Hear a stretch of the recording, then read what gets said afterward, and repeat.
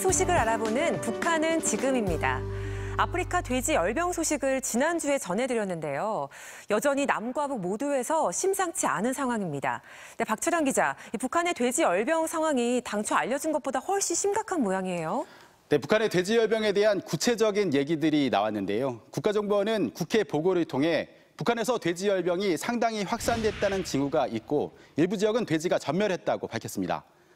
하지만 북한 매체들은 최근 돼지 열병에 대한 보도는 하지 않고 있고 대신 축산의 중요성만 연일 강조하고 있습니다.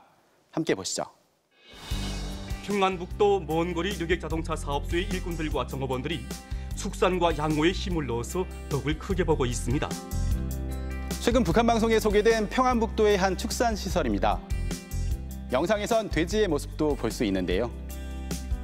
돼지와 닭, 토끼를 비롯한 집짐승 사양 관리를 과학기술적으로 해서 정상적으로 공급하고 있습니다. 네, 돼지 사육에 별다른 이상이 없다는 얘기인데요. 그런데 국정원은 국회 정보위에서 북한의 돼지 열병이 꽤 심각하다고 했잖아요. 네, 국정원은 평안북도의 돼지가 전멸했다, 또 고기가 있는 집이 없다는 불평이 나올 정도라고 밝혔는데요. 그런데 조금 전에 북한 방송에서 보여준 지역이 평안북도입니다. 북한 방송에선 축산이 잘 되고 있다는 내용만 전하고 있습니다. 네, 북한도 돼지 열병이 발생하면 살처분이나 유통 금지 같은 방역 조치를 하고 있다고요? 네, 돼지 축사 근무자들에게 추석 성묘를 금지할 만큼 확산 방지에 공을 들이고 있다는데요. 하지만 방역이 잘 안 됐고 이 때문에 확산을 막지 못했다는 게 국정원의 분석입니다. 북한으로선 식량난을 가중시키는 문제가 발생한 건데요. 그래서인지 북한 방송은 풀과 고기를 바꾸자면서 축산의 중요성을 강조하고 있습니다. 풀과 고기를 바꿀 때 대한 당 정책을 높이 받들고 평양시안의 협동농장들에서 애국풀 재배에 힘을 넣어 축산을 활성화하기 위한 사업을 자리나가고 있습니다.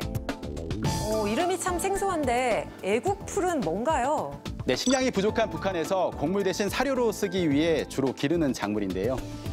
식물성 단백질 함량이 높고 성장 속도가 빠른 것이 특징이라고 합니다. 애국풀은 밭에 심어서 70일 정도 되면 키가 3 내지 4m에 이릅니다. 자료에 의하면 애국풀을 한 정도만 심어 놓으면 돼지를 기르는 경우에는 225마리, 토끼는 6,000마리를 기르는 데 필요한 사료를 보장할 수 있다고 합니다. 이 밖에도 단백초, 큰 단백풀 등도 우리에게 낯설지만 북한에선 가축 먹이로 널리 활용하고 있는 작물들인데요. 이 작물들을 식량이나 약재로 활용하는 방안도 연구하고 있다고 합니다. 네, 북한의 돼지 열병 상황 잘 들었습니다. 박 기자, 다음은 북한의 금연 열풍 얘기죠. 네, 북한이 최근 금연 정책을 강화했다고 합니다.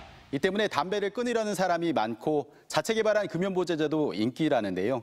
방송 함께 보시죠.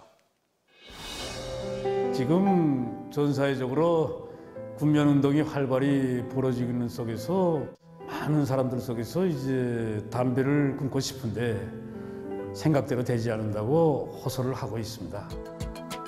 금연 관련 상품도 개발해 쓰고 있는데요. 김일성 종합대학 평양의학대학 약학부 재형개발연구실의 연구자들은 세계적으로 금연 성공률이 가장 높은 제품의 하나로 인정되고 있는 니코틴 반창고를 개발해서 내놓았습니다.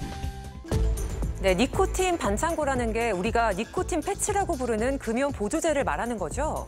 네, 맞습니다. 남쪽에서 널리 쓰이는 제품들처럼 금연 단계별로 니코틴 함량이 다르다고 하는데요.